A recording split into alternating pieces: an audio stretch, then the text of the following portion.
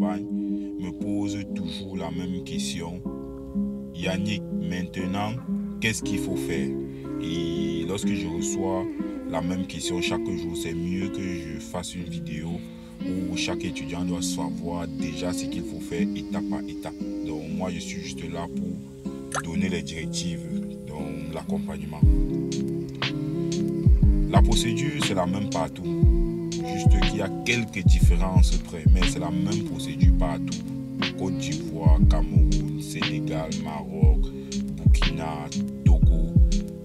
Seulement, il y a certains pays où il y a l'entretien et il y a d'autres pays où il n'y a pas l'entretien. En Côte d'Ivoire, il y a l'entretien. Au Sénégal, il y a l'entretien. Au Maroc, il y a l'entretien. Au Cameroun, il y a l'entretien. Au Burkina, il n'y a pas l'entretien. Les Gabonais qui déposent au Cameroun ne font pas l'entretien. Les Guinéens qui déposent au Cameroun ne font pas l'entretien. J'ai accompagné déjà quel pays aussi. Je n'ai jamais accompagné un étudiant en Tunisie, donc je ne sais pas trop comment ça se passe là-bas. Bref, vous voyez que c'est la même chose partout. Seulement, il y a certains pays où il y a l'entretien et d'autres pays où il n'y a pas l'entretien. Et même dans les pays où il n'y a pas l'entretien, il y a le questionnaire où il faut remplir son projet d'études et son projet professionnel. Maintenant, quelles sont les étapes à suivre pour aller étudier en Belgique? La première étape, c'est l'équivalence des diplômes. C'est à partir de maintenant qu'il faut faire l'équivalence des diplômes. C'est une série de documents qu'il faut constituer. Donc, dans certains pays, ce sont les documents originaux. Dans certains pays, ce sont les documents légalisés, soit d'un poste de police, une préfecture ou bien à la mairie. Donc, la première étape, c'est l'équivalence des diplômes. C'est maintenant qu'il faut faire l'équivalence des diplômes.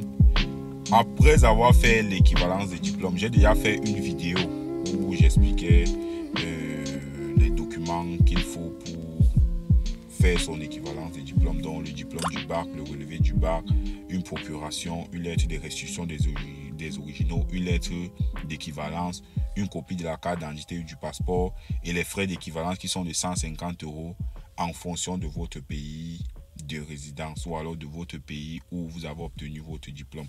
Lorsque vous avez fait l'équivalent des diplômes, donc ça veut dire que vous avez constitué votre dossier, vous avez payé les frais d'équivalence, vous avez déposé votre dossier au service des équivalences, vous attendez à partir de janvier, les premières écoles vont ouvrir pour les demandes d'admission. Presque toutes les écoles ouvrent en janvier. Il y a quelques universités, par exemple, l'année passée, l'université de Louvain qui a ouvert en novembre. L'université de Namur aussi qui avait ouvert en novembre. À part ça, la plupart des écoles, haute école, promotion sociale, école d'art, université, ouvrent les inscriptions à partir de janvier. Seulement, dans les écoles flamandes, par exemple, les inscriptions sont déjà ouvertes présentement. Si dans les écoles flamandes, c'est déjà possible de soumettre le dossier dans les écoles flamandes. Pour étudier dans les écoles flamandes, il faut justifier son niveau d'anglais et la plupart du temps, il faut avoir de très bonnes moyennes. Il y a aussi la possibilité de faire l'année préparatoire de langue néerlandaise. Donc, lorsque vous avez fait l'équivalence des diplômes, qui se fait maintenant, la deuxième étape, c'est en janvier, c'est la demande d'admission.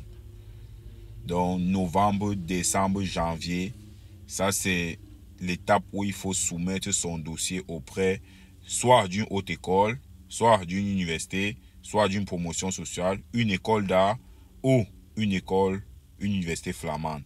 En fonction de votre profil, vous allez voir dans quelle école vous allez postuler.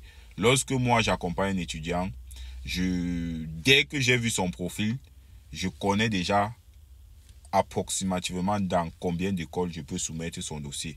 Parce que lorsque je regarde le dossier, je connais déjà un peu les conditions d'admissibilité dans la plupart des écoles. Donc, la deuxième étape qui est la demande d'admission, c'est l'étape la plus difficile parce qu'il faut vraiment s'y connaître pour pouvoir obtenir une lettre d'admission. Il y a certains étudiants qui vont perdre de l'argent, 200 € en allant postuler à l'université Liège dans une filière où ils ne respectent pas les conditions, ou à l'université de Louvain, ou à l'université libre de Bruxelles, ou encore à l'université de Mondon. Vous devez vérifier que vous respectez les conditions d'admissibilité. Et si vous ne connaissez pas comment ça se passe, contactez un professionnel. Contactez quelqu'un qui s'y connaît et qui a déjà prouvé qu'il s'y connaît vous allez vous demander ses résultats en termes d'admission, en termes de visa, et cette personne va vous accompagner. On considère que vous avez soumis votre dossier dans une promotion sociale qui respecte 54 crédits. Vous avez obtenu une lettre d'admission. La prochaine étape, c'est de signer sa prise en charge. Il y a plusieurs manières de signer la prise en charge. Il y a première façon de signer la prise en charge. Vous déposez 10 020 € d'un compte bancaire, soit chez Studely, soit Ready to Study Go. Ce sont les deux sociétés qui ont l'agrément avec l'État belge pour fournir une attestation de virement irrévocable. Donc, Ready to Study Go et Studely, 10 020 €. Deuxième possibilité, vous avez quelqu'un dans votre famille qui a un lien de parenté avec vous, le père, la mère, le frère, la soeur, l'oncle, la tante. Cette personne doit vous signer, doit toucher minimum 2 967 € et vous signer une prise en charge dans son pays de résidence.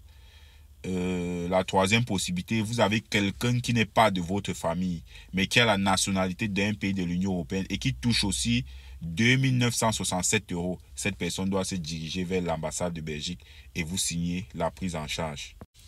Ensuite, lorsque vous avez signé la prise en charge, vous devez constituer le dossier de demande de visa. Dans certains pays, comme le Cameroun, il faut passer par l'entretien Campus Belgique. Et pour ça, il faut se préparer. Je déconseille à un étudiant d'aller à l'entretien Campus Belgique sans contacter un professionnel. Sinon, au Cameroun, Campus Belgique est responsable. Elle est là pour réduire au maximum possible les demandeurs de visa.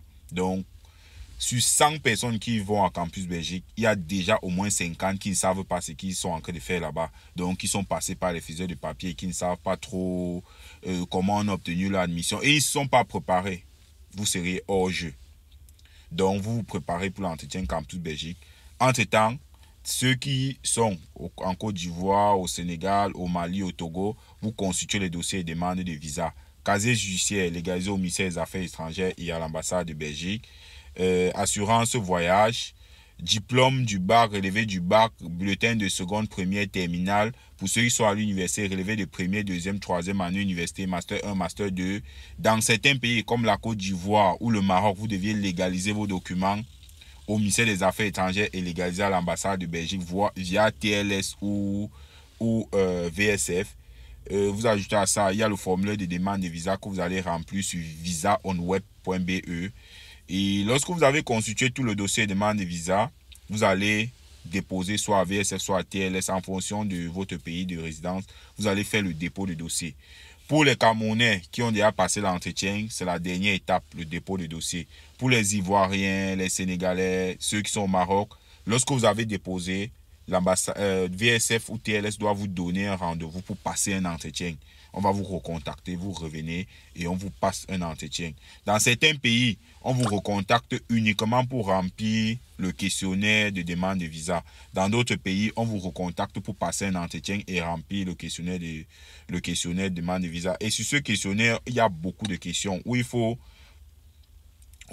justifier, il faut donner son projet d'études, son projet professionnel, dire pourquoi tu as choisi la Belgique, pourquoi tu n'es pas parti au Pakistan ou au Yémen. Bref, c'est la dernière étape, c'est l'étape la plus difficile. Au Cameroun, c'est Campus Belgique.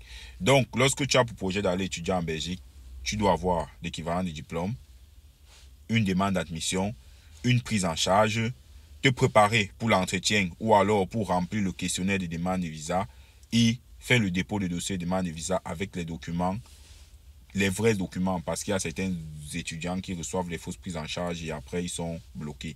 Donc, tout étudiant qui doit me contacter pour les études en Belgique doit écouter cette vidéo.